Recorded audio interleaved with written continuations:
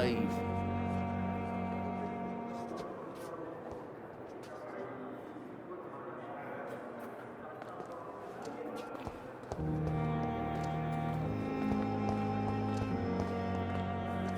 Good evening, Nurse Hawkins. Good evening, Dr. Reed.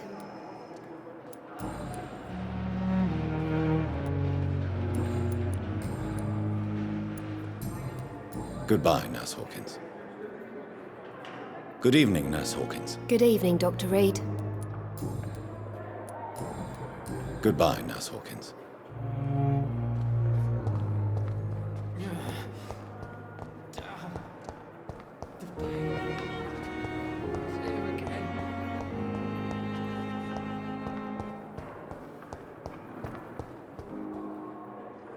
Good evening, Nurse Hawkins. Good evening, Dr. Reed. Goodbye, Nurse Hawkins.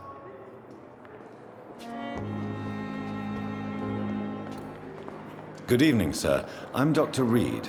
I believe we're going to be colleagues. Reed? Yes, I've been informed about your arrival. I'm Waverly Ackroyd.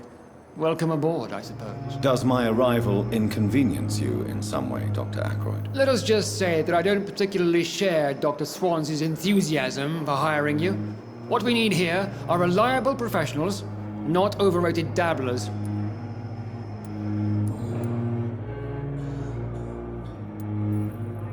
If you have a problem with me, Dr. Ackroyd, please feel free to tell me. Dr. Swansea has imposed your presence on this hospital without asking anyone's advice. The benefit of his position.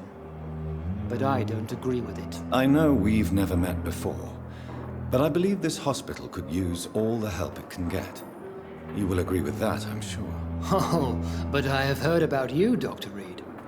Of course, you can't say the same about me, since I have not wasted my time courting the press.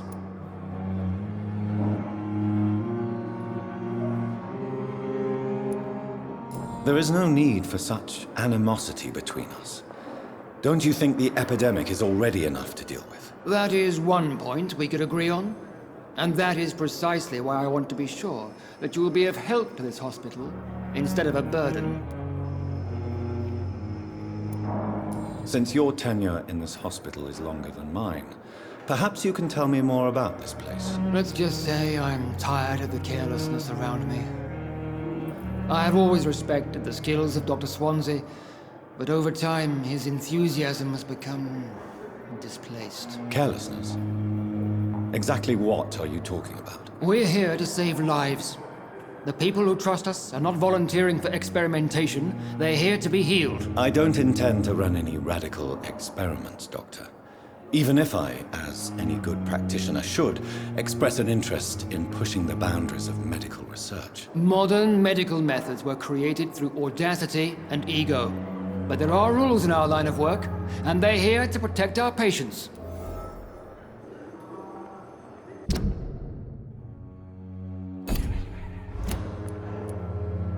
Tell me, Waverly, what do you think of Dr. Strickland's enthusiasm for his experimental research? Strickland is playing with his patients' lives for pride and glory. Now that, sir, is unethical. Are you thinking about something in particular? Harvey Fiddick needs delicate surgery. I believe we should stick to the usual procedure, but my young colleague obviously disagrees. Why do you wish to lead this surgery? I strongly believe that Mr. Fiddick should not be butchered to test an unproven procedure.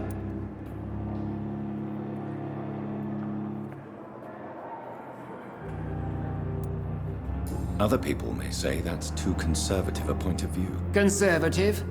And what are you going to say to Mr. Fiddick if he loses his arm because of the operation? Because that's what's going to happen if the surgery is a failure.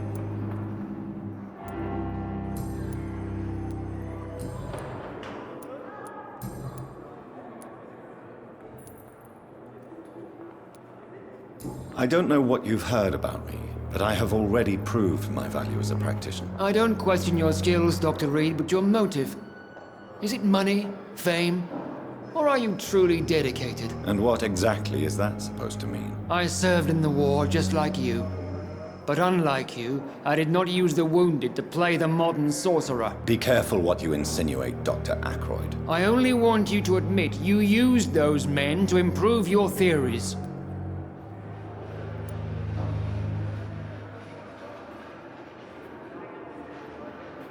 This is ridiculous.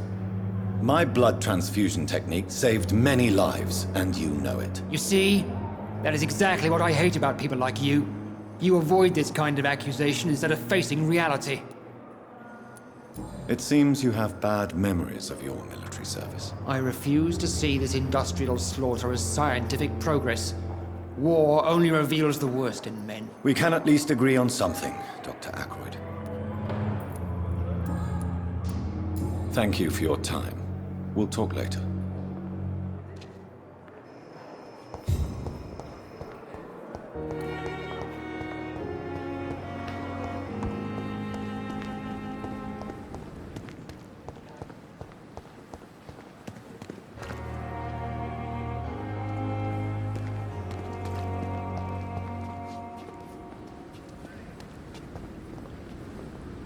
Good evening, Dr. Tibbets. Dr. Reed, any good news to share?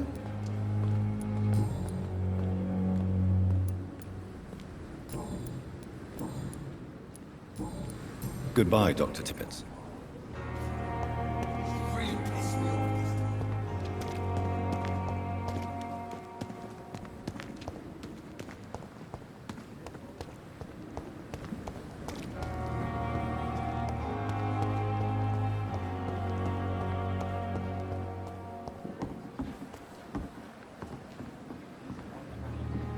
Good evening, Mr. Cox. Dr. Reed, still working at night, I see. I like that. And why is that? People who don't sleep at night always seem more alive to me. More interesting, one way or another.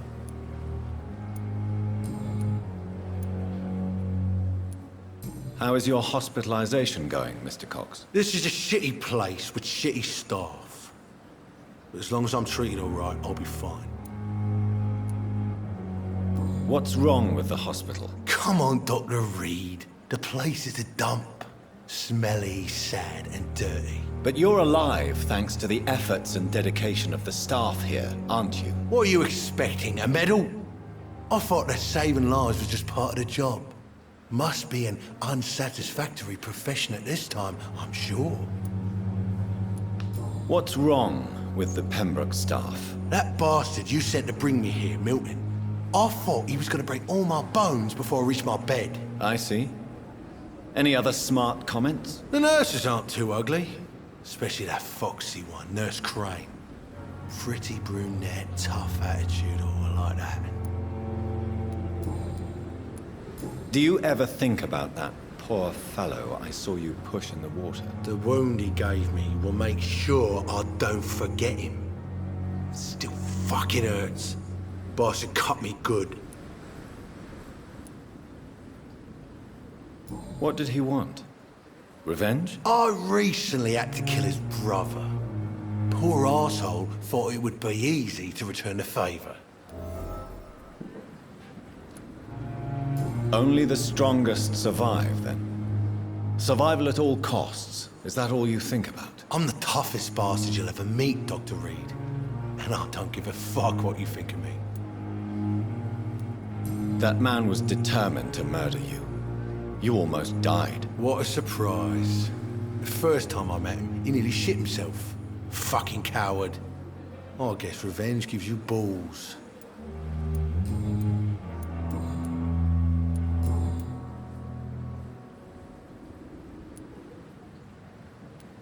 How long do you think you can escape the law, Clay? I know this city like the back of my hand, Doc.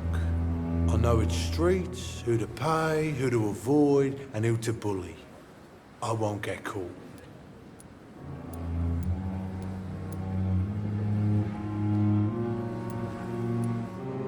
We can't escape the consequences of our actions. The past catches up with us in the end. I ain't afraid of death.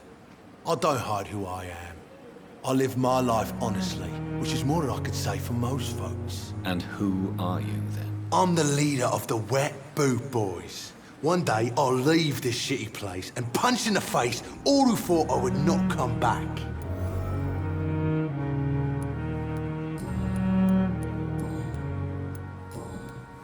I'll leave you for now, Mr. Cox. When I get back, I'll have a word with Tom.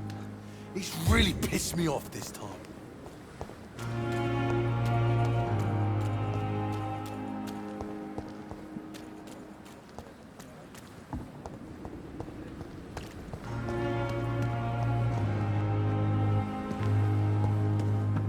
If only I were young again.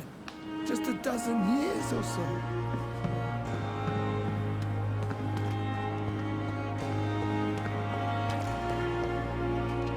Good evening, Milton. Good evening, Doctor. Still trying to save lives?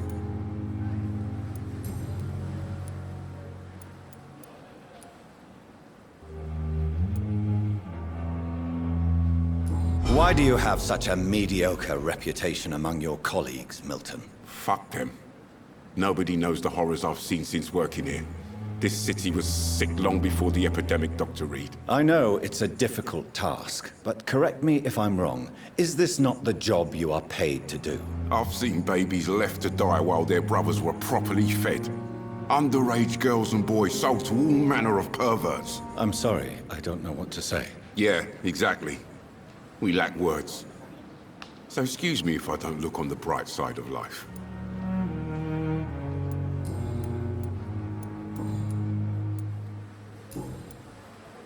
I have some good news, Milton. What?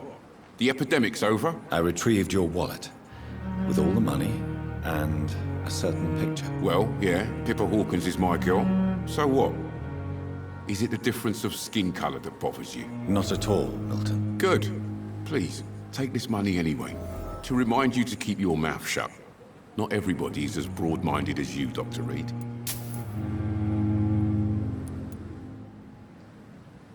I'd like to see your goods. Wise choice, Dr. Reed. A reliable gun is what everybody needs these days.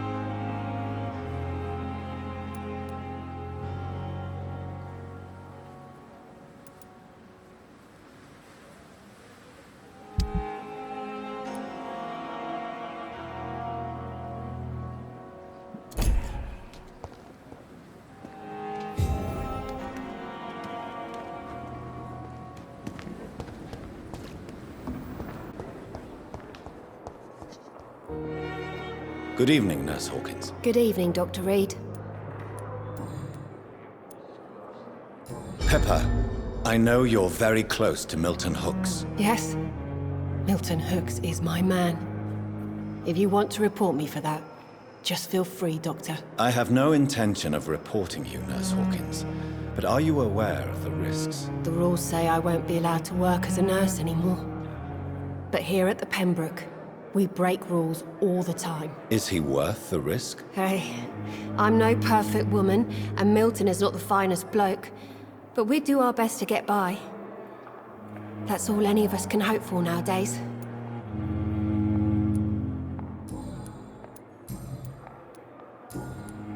Goodbye, Nurse Hawkins.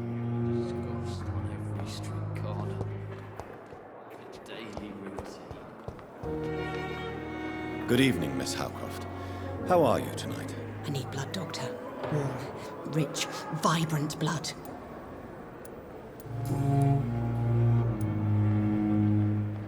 Tell me, Thelma, why do you feel so attached to Mr. Elwood? Why him? I'm not sure, Doctor. I think we have a bond of some sort. We've both suffered so much. He's the only mortal I find interesting.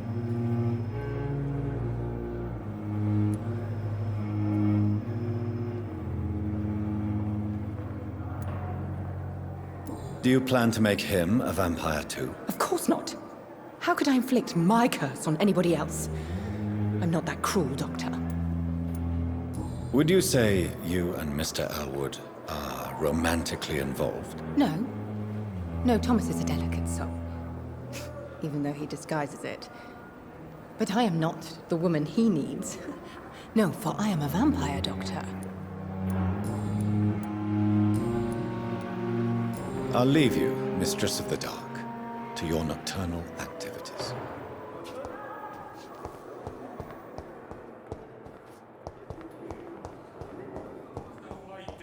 Blaming me will not further your agenda, sir. How long's it going to take to fix me properly? A month? A year? You have the right to disapprove of our methods, and you will kindly apologize when you're feeling better. I'm all right. This hospital seems to be time with me. But in the circumstances, I will I'm not willing let to you give down, my benefit of the doubt. Will this shift never end? Good evening, Dr. Strickland. And good evening to you, Dr. Reed. Can I be of any help?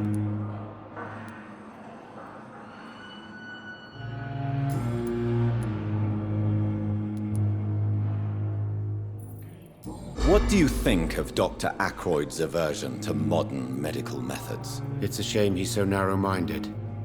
Dr. Swansea taught me that science is about exploring uncharted territory. I'm convinced that's true. With the influenza and all that's going on, you should put your differences aside, don't you think? Why is it so difficult to work together? I believe that if Dr. Ackroyd had been the one to discover the transfusion process, he would be the first to recommend its use. So you believe it's just a question of jealousy and pride? Dr. Ackroyd is as proud as he is blinded by his obsolete concept of medical science.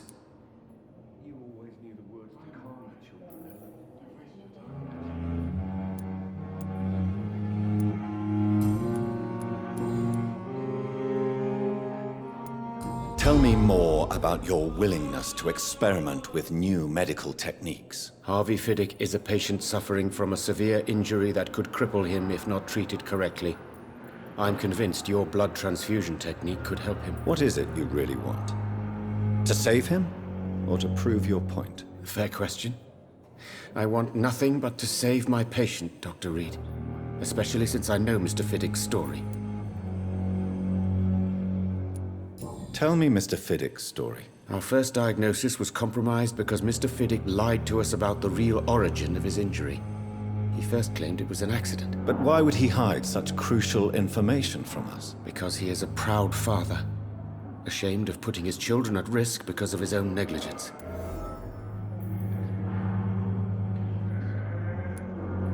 This personal involvement could also appear to be a lack of impartiality. You must know that a good surgeon must remain neutral. I agree. But that does not excuse Dr. Ackroyd's behavior, a man who did not even take time to converse with his patient. Do you think keeping his distance was a mistake? All I know is that I'm taking care of human beings, with desires, hopes, and fears.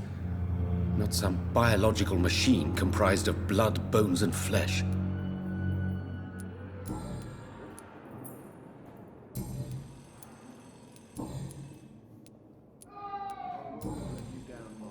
Goodbye, Dr. Strickland. Circumstances, I'm willing to give you the benefit of the doubt. Good evening, Mr. Fiddick. Good evening, Dr. Reed. Any news about my operation?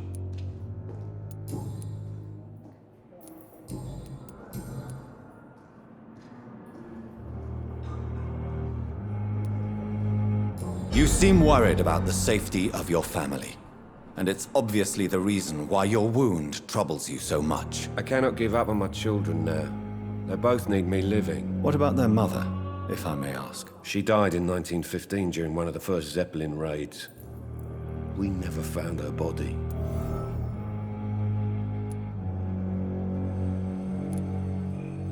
Tell me more about the death of your wife, Harvey. 1915. I was in the army, building workshops for the Royal Flying Corps. Helen was happy I wasn't sent to the front. What happened? The Germans sent Zeppelins to bomb the construction site, but they missed their target. My wife was bringing my dinner when the bombs fell.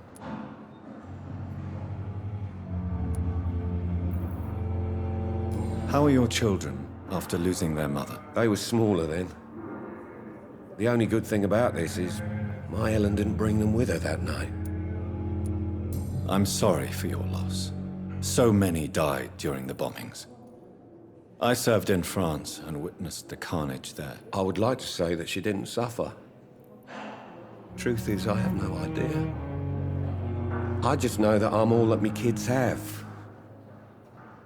Poor little bleeders. Tell me about your injury, Harvey. Why do you feel so guilty about it? My wife died because of me. And now I may lose everything because I've been careless enough to hurt myself. What an arsehole.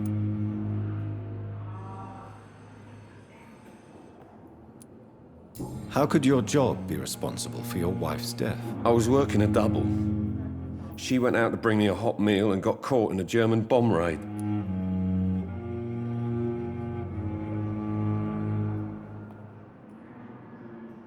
You can't hold yourself responsible for your injury, Mr. Fiddick, unless you tried to hurt yourself. Of course I didn't hurt myself. But I can't work until my arm is fixed. My children need to eat, Doctor.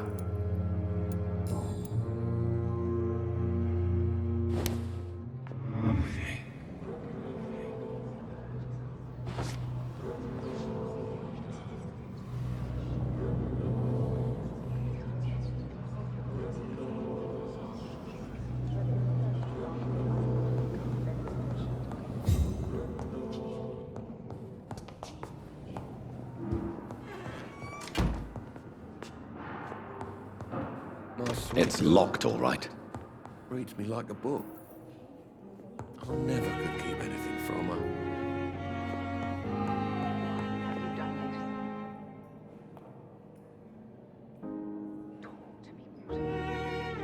Yes, Doctor?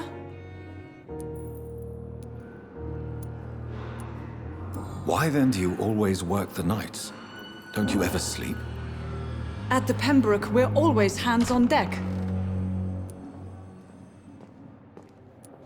Lack of sleep and the medical profession always ends in disaster. I've witnessed many a colleague succumb to stimulants to fight exhaustion. Drugs were as deadly as bullets in the trenches. London's trenches start here at Pembroke Hospital. We are on the front line, make no mistake.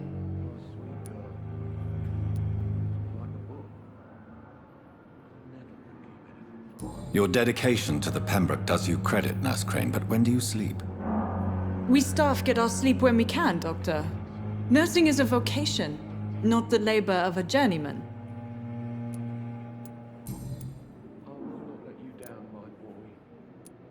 Exactly how bad is the supply situation here at Pembroke? It really depends. Dr. Swansea deftly works his society contacts for monies, but with the quarantine, well, we're in God's hands. Please, could you point me in the direction of the morgue again? It's the large boarded-up building behind the hospital. You can't miss it. The key I gave you will open the small back door to it. That's all for now, Nurse Crane. Thank you.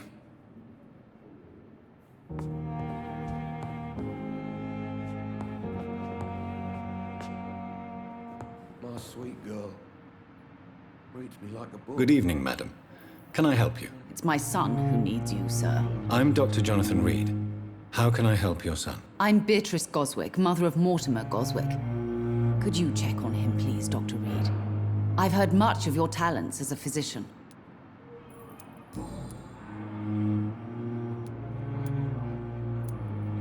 What can you tell me about yourself, Mrs. Goswick? Not much to say. Just take care of my Mortimer and I'll cover all the expenses. That's all that matters. May I ask if you have an occupation, Mrs. Goswick? I'm a teacher by profession. I teach young women who are more ambitious about their futures than their families.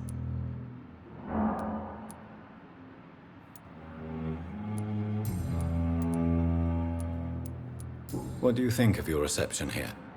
Any complaints? I have had the uttermost reservations about this hospital since we arrived.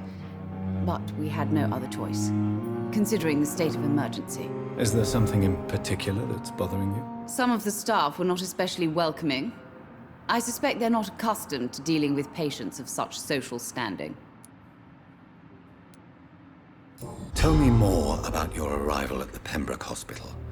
What gave you such a bad first impression? The ambulance driver was quite rude, for a start. And that nurse, Miss Hawkins, seems to have quite a dubious attitude. What do you mean? She managed to secure a bed for my son despite the epidemic. It was a relief, but it wasn't cheap.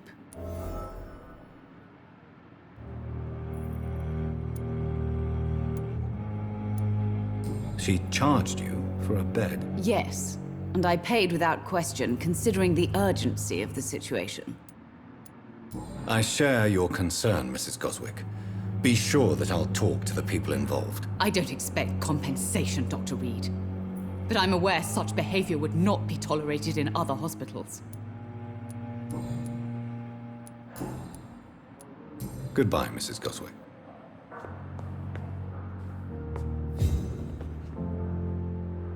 Good evening. I'm Dr. Reed. Can I help at all? No. Really? Why are you here, then? I don't want to talk. My throat hurts too much. I suppose that this pain is the reason you're here. Is someone taking care of you? Yes.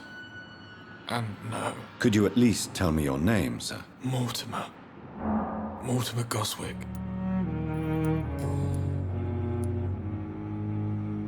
How painful is your throat, Mr. Goswick? So painful I'd rather not talk at all, Doctor.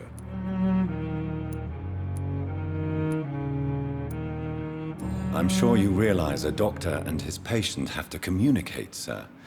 Would it help if I gave you some paper and a pen? Not really. I see. Then maybe it's not just your throat that hurts, Mr. Goswick. Perhaps your sore throat is just the consequence of something more hurtful. Yes, maybe. But I don't want to talk or even write about it now.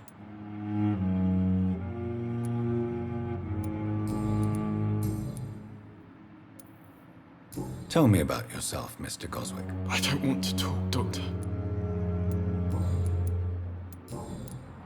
Why did your mother have you hospitalized here? She seems convinced this is a bad hospital. My mother just wants the best for me. She won't rest while I'm here. She'd go all the way to hell and back to help me. Is your mother bothering you? As your doctor, I can ask her to leave you alone if you would prefer. That's tempting, Doctor. But you have no idea what my mother is capable of.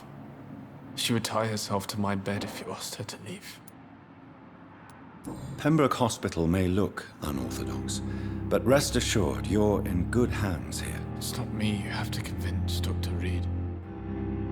It's my mother.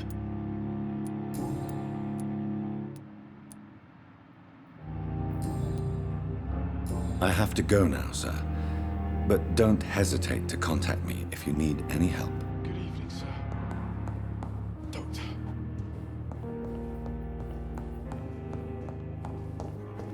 I will not let you down, my boy.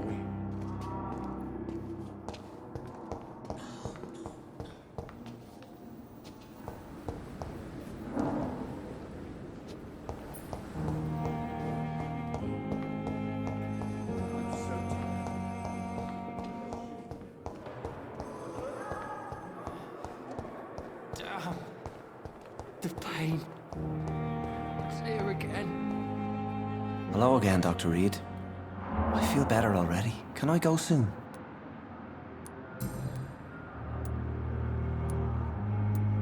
How did you end up in William Bishop's den? I had received alarming news about his recent behavior. I went...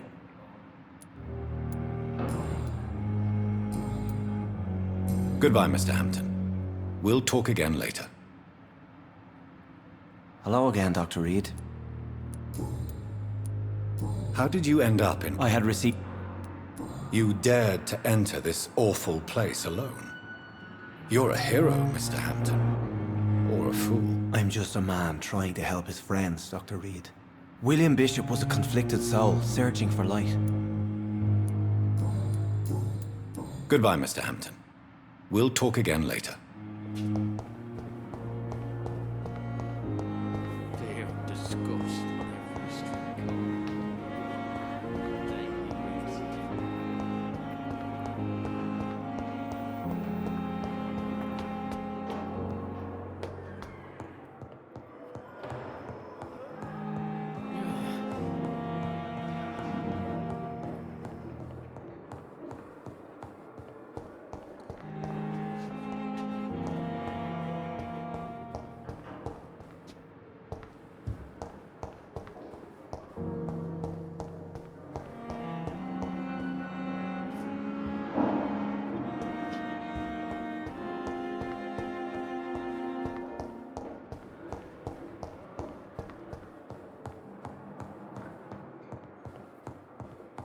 Not now.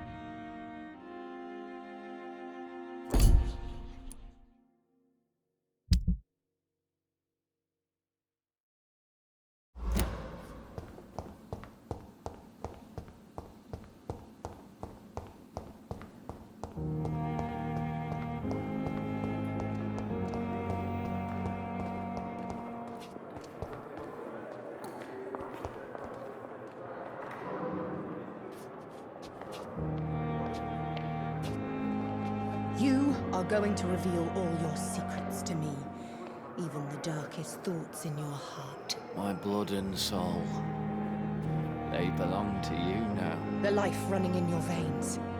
This dead flesh needs it. Oh, please spare me, Dark Queen. Spare your obedient slave.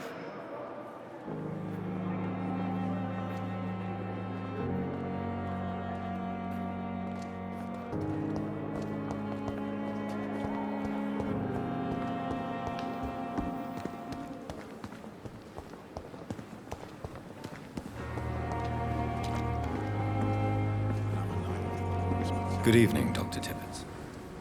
Dr. Reed, any good news to share?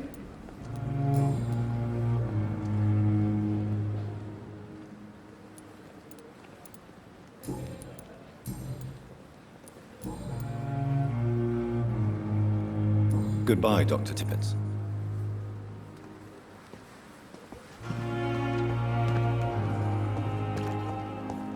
It is now or never.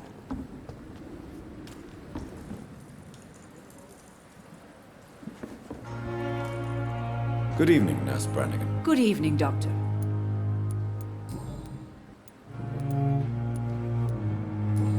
are things here? Not good, to say the least. We're struggling against an invisible... Do you think this hospital can survive the epidemic? We are all volunteers here, and we're trying to hold fast, but... how do we beat an invisible killer? Some nurses have already resigned. Goodbye, nurse. Call me if you need assistance.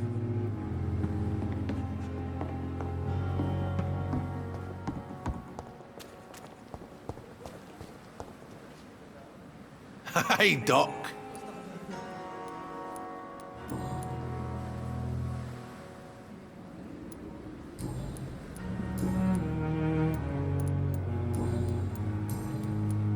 How long do you think you can escape the law, Clay? I know this city like the back of my hand, Doc. We can't escape the... I ain't. And who? I'm the leader of the... I'll leave you for now, Mr. Cox.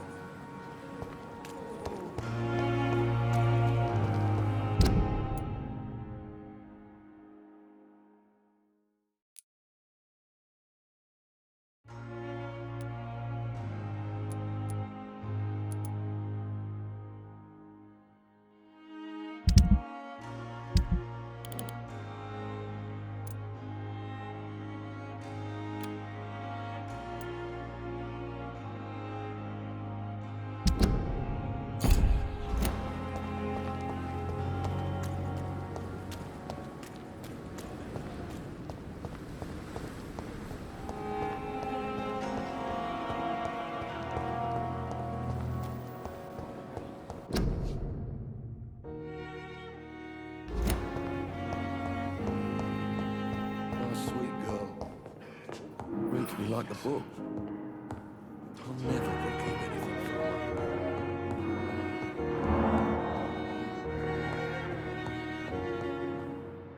Good evening, Mr. Goswick. How are you? I'm okay.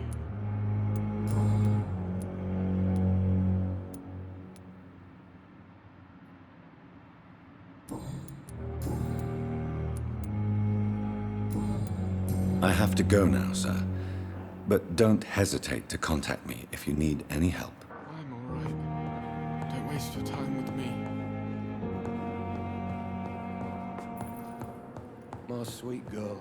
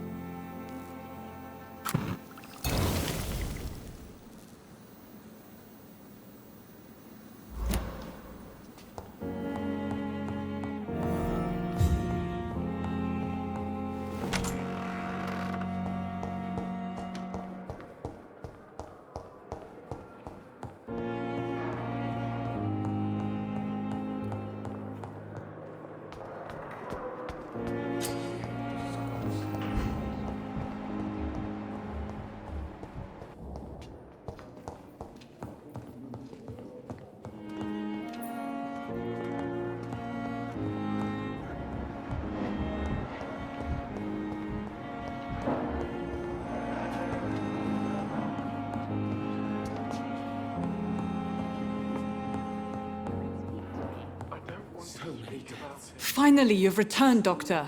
Did you find anything of value? Yes, nurse. You've worked your first miracle, Doctor. Now, this patient here needs immediate treatment. Duty calls. When the storm has passed, I'll show you how to mix the remedy yourself with the same basic ingredients. Many thanks, Doctor. When you've finished, you ought to report to Dr. Swansea in his office. He's been looking for you. Seemed pressing.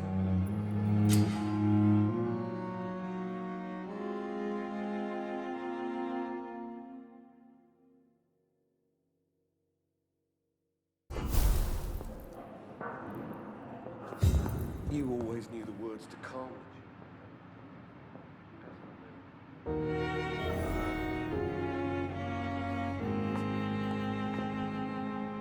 Good evening, Doctor. How is my son doing?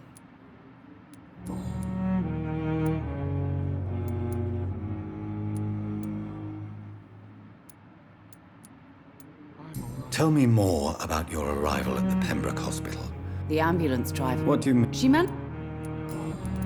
What can you tell me about yourself, Mrs. Goswick? Not much to say. Just take care of my Mortimer and I'll cover all the expenses. That's all that matters. Are you really that rich? Most of the patients here are of a more humble origin, if I may say so. Yes. Thanks to my husband. May he rest in peace.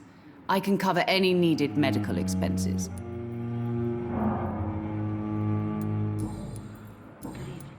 Goodbye, Mrs. Goswick. This hospital seems to be falling apart.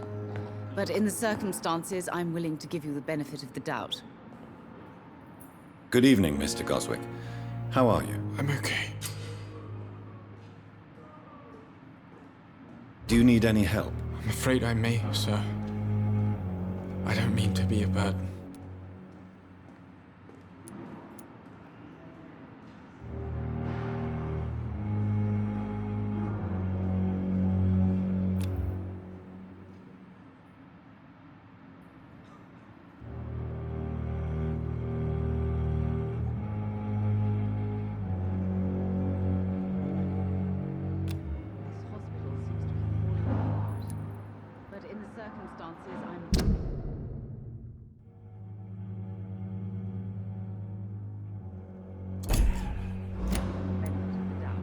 You are not a burden, sir. Healing you is my responsibility. And you have my gratitude for that.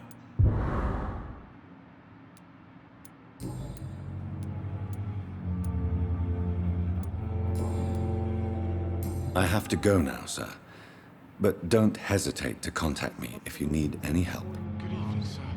But in the circumstances, I'm willing to give you the benefit of the doubt.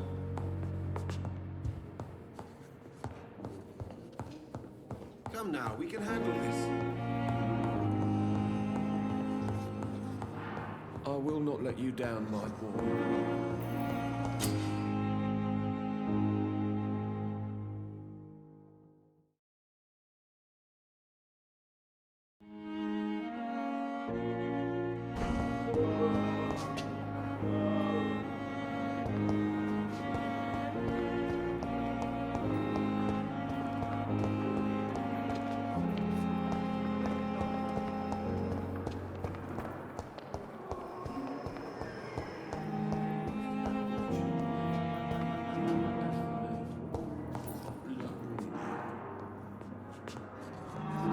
Dr. Reed, may I help you?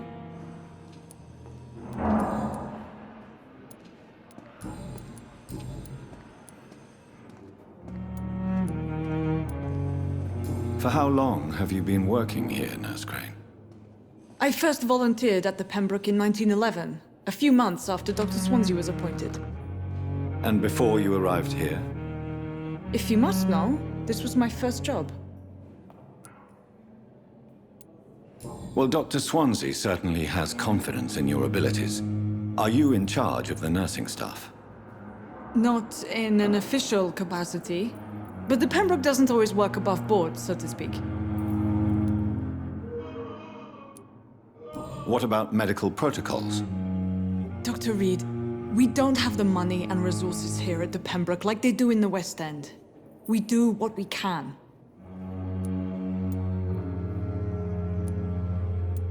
How is the duty roster organized? Everybody works until they can't. If there's time, they'll eat a meal and shed a silent tear.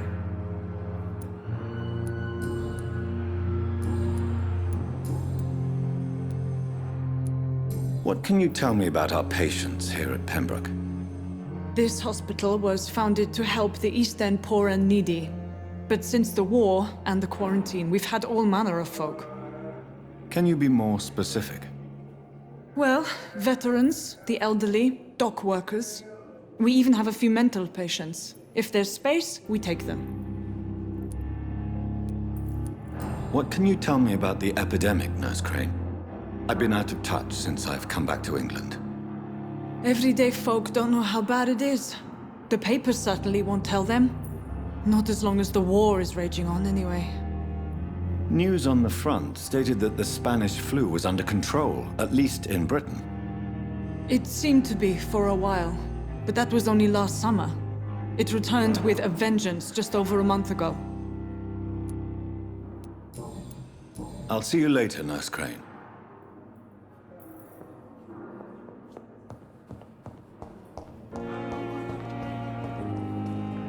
I'm quite busy right now, Dr. Reed.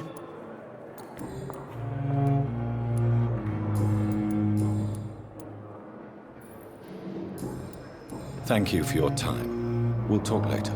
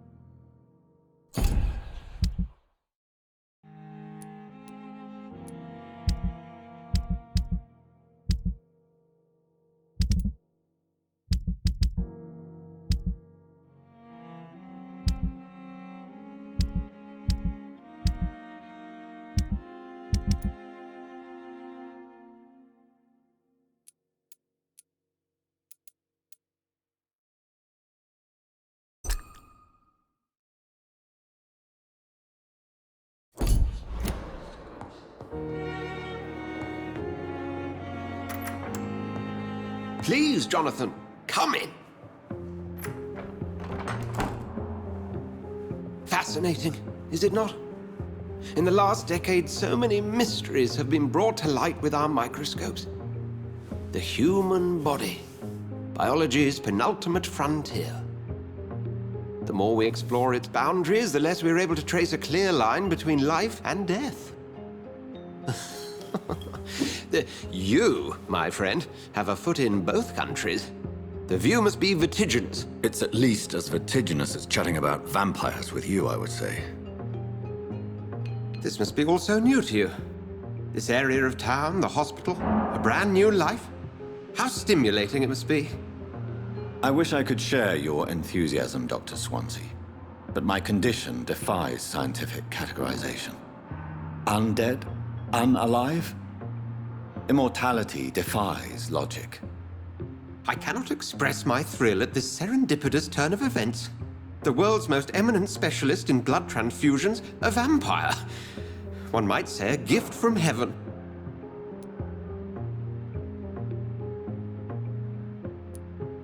It may seem strange, but your words have brought me some comfort here. Forgive me. I've been an admirer of your work for a long time, and now you are so much more than a brilliant physician. And please, call me Edgar.